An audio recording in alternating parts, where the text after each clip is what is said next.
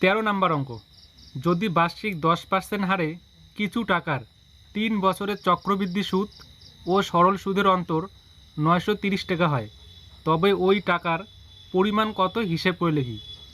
এখানে আমাদের আসল বার করতে বলছে। এখানে সুদের হার দেওয়া আছে, সময় দেওয়া আছে।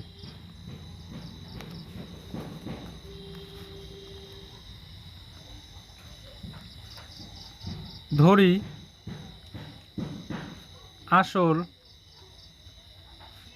x টাকা, তাহলে পি হচ্ছে আমাদের x টাকা, আর হচ্ছে 10%, এন হচ্ছে 3 বছর। অতএব সুমূল চক্রবৃদ্ধি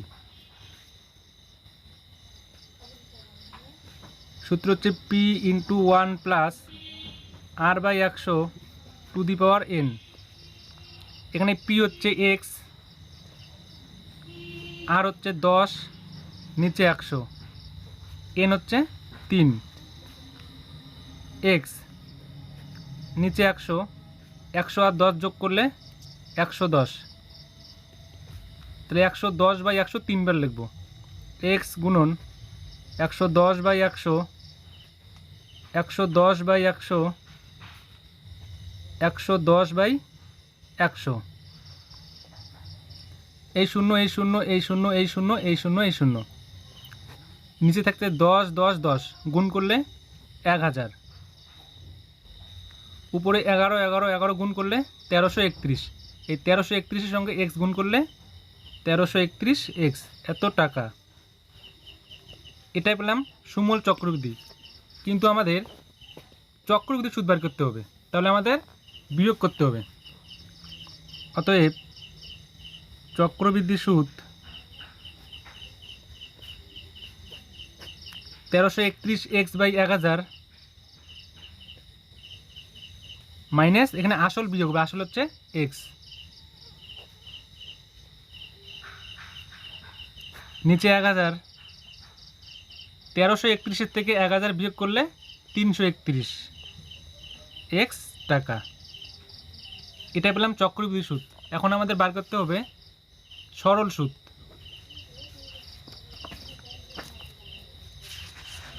%10 হারে 3 বছরের এক্স টাকার সুদ, এখানে সূত্র হচ্ছে ptr/100, পি এক্ষেত্রে হচ্ছে এক্স, টি হচ্ছে আমাদের 3, আর হচ্ছে আমাদের 10, নিচে 100, এই শূন্য এই শূন্য, তাহলে নিচে থাকছে 10, উপরে থাকছে 3x টাকা। তাহলে চক্রবৃদ্ধি সুদ হচ্ছে 331x/1000 টাকা, সরল সুদ হচ্ছে 3x/10 টাকা। এখানে বলা আছে চক্রবৃদ্ধি সুদ ও সরল সুদের অন্তর কথা হচ্ছিল বিয়োগ। অতএব চক্রবৃদ্ধি সুদ হচ্ছিল 331x/1000 মাইনাস সরল সুদ হচ্ছে 3x/10 সমান সমান অন্তর কত দেওয়া আছে এখানে 930, 930। 1000 আর 10-এর লসাগু হচ্ছে 1000, 1000 1000 মিলে গেছে 331x মাইনাস 10 দিয়ে 1000কে ভাগ করলে 100, 100কে 3 দিয়ে গুণ করলে 300 এক্স, 930।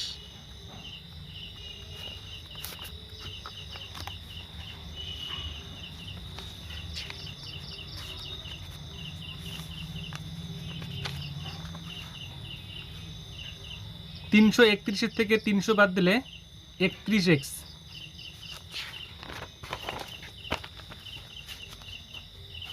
31x, নিচে থাকবে 1000 সমান সমান 930, x সমান সমান 930 গুণন 1000, নিচে 31, 31 দিয়ে 930কে কাটলে হচ্ছে 30, 30 আর 1000 গুণ করলে 30,000। তাহলে অতএব আমাদের বার করতে হবে তবে ওই টাকার পরিমাণ অর্থাৎ আসল। নির্ণেয় আসল 30,000 টাকা। এটা হচ্ছে আমাদের উত্তর। 16 নম্বর অঙ্ক, কোনো নির্দিষ্ট পরিমাণ মূলধনের 1 বছরের সরল সুদ 50 টাকা এবং 2 বছরের চক্রবৃদ্ধি সুদ 102 টাকা হলে মূলধনের পরিমাণ ও বার্ষিক সুদের হার হিসেব করে লিখি। এখানে আমাদের দুটো উত্তর বের করতে হবে, মূলধনের পরিমাণ অর্থাৎ আসল এবং বার্ষিক সুদের হার বার করতে হবে। এখানে 1 বছরের সরল সুদ 50 টাকা, 2 বছরের চক্রবৃদ্ধি সুদ 102 টাকা। এখানে আমাদের টাইম দুটোকে একই করতে হবে।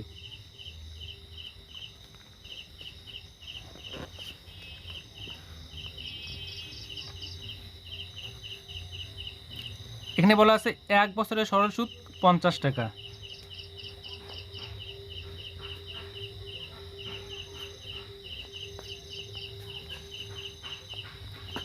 আমরা কি করব, 1 বছরটাকে 2 বছরে কনভার্ট করব, অর্থাৎ 1 বছরের সরল সুদ হচ্ছে 50 টাকা, তাহলে 2 বছরের সরল সুদ 100 টাকা। বইয়ে আমাদের দেওয়া আছে 2 বছরের চক্রবৃদ্ধি সুদ 102 টাকা।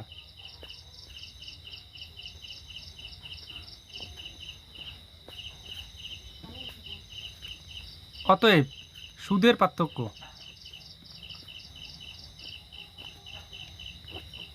সুদের পার্থক্য কি, চক্রবৃদ্ধি সুদ থেকে সরল সুদ মাইনাস, আমাদের 2 বছরের চক্রবৃদ্ধি সুদ হচ্ছে 102 টাকা মাইনাস 2 বছরের সরল সুদ হচ্ছে 100 টাকা, বিয়োগ করলে হবে 2 টাকা। প্রথমে আমরা সুদের হার বার করব। অতএব সুদের হার, এখানে একটা আমরা সূত্র ব্যবহার করব, 2 গুণন সুদের পার্থক্য গুণন 100, নিচে সরল সুদ পার্সেন্ট। 2, এখানে সুদের পার্থক্য হচ্ছে 2, 100, নিচে সরল সুদ, সরল সুদ হচ্ছে 2 বছরের সরল সুদ 100, 100 কাটা, তাহলে 2 তো কোনো 4%, তাহলে সুদের হার পেলাম 4%। এখন আমাদের বার করতে হবে মূলধনের পরিমাণ অর্থাৎ আসল। অতএব আসল সূত্র হচ্ছে 100 গুণন I টি গুণন আর। 100 I মানে ইন্টারেস্ট অর্থাৎ সুদ, সুদ এখানে আমরা সরল সুদটা ধরবো, তাহলে 2 বছরের সরল সুদ 100।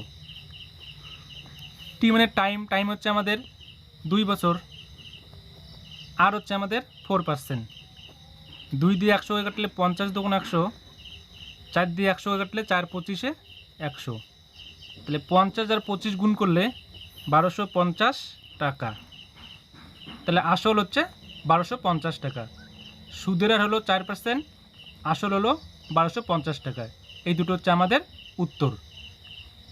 17 নম্বর অঙ্ক, কোনো মূলধনের 2 বছরের সরল সুদ ও চক্রবৃদ্ধি সুদ যথাক্রমে 8,400 টাকা এবং 8,652 টাকা হলে মূলধন ও বার্ষিক সুদের হার হিসেব করে লিখি।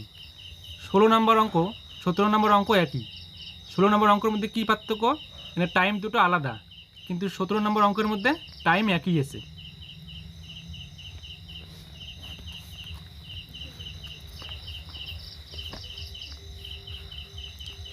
দুই বছরের সরল সুদ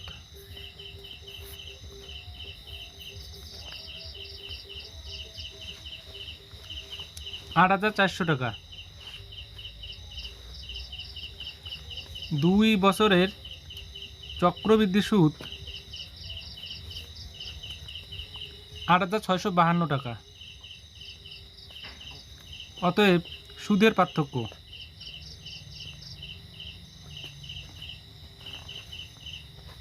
চক্রবৃদ্ধি সুদ থেকে সরল সুদ মাইনাস, চক্রবৃদ্ধি সুদ হচ্ছে 8,652 মাইনাস সরল সুদ হচ্ছে 8,400। 8,652 থেকে 8,400 বিয়োগ করলে 252 টাকা। অতএব সুদের হার বার করবো। প্রথমে সুদের হার সূত্র হচ্ছে এখানে 2 গুণন সুদের পার্থক্য গুণন 100, নিচে সরল সুদ।